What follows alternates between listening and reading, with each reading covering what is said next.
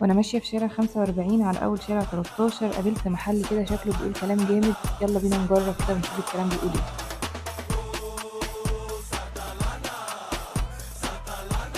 وهنا الشيف احمد جهز لنا الحادق، تعالوا نجرب كده ونشوف الكلام بيقول ايه. يلا بينا. وهنا هجرب الكابوريا. لا فعلا عادي جدا ورايق، وكنت اول مره في حياتي اجرب الكابوريا. تسلم وندخل بقى على اللي بعده. ده يا جماعه كيري بسطرمه، ما دقتش الطعم الجميل والميكس ده في حته قبل كده. فاهيتا لانشون المميزه دي لا طعمها حلو قوي، سندوتش عجبني بجد. وريني بقى.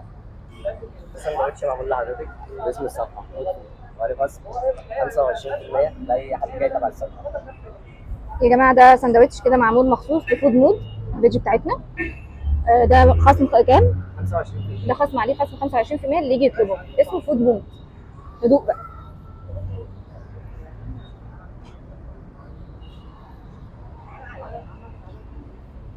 تحفه. ايه الجمال ده؟ يلا بينا بقى نغرق في كميه الحلويات دي. اوفر دوز سكر. يلا نبدا. اول حاجه دي كريمه حلاوه.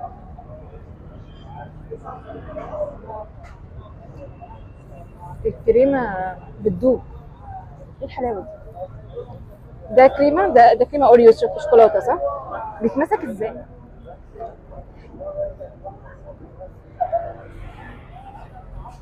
بس الطعم حكايه. والله العظيم الطعم في حته تانية. دي مورو اوريو شوكولاته.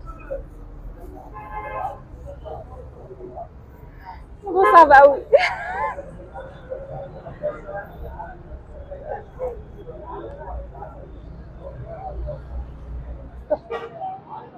بجد حلوه قوي قوي قوي. لا ده هاخد قطمه تانية. ده ايه بقى؟ لسه طلال. ده سطلانه. سطلانه ده على اسم المكان. دي هتبدا بقى من ناحيتين دي ولا ايه؟ ايه الطعابة والحلاوة دي اقسم بالله. ايه الاكل ده يا جماعة؟ وحد كواب ده ايه ده؟ لازم تيجوا تجربوا المكان ده. حاجه عندهم بيشتغلوا بيها بضمير جدا.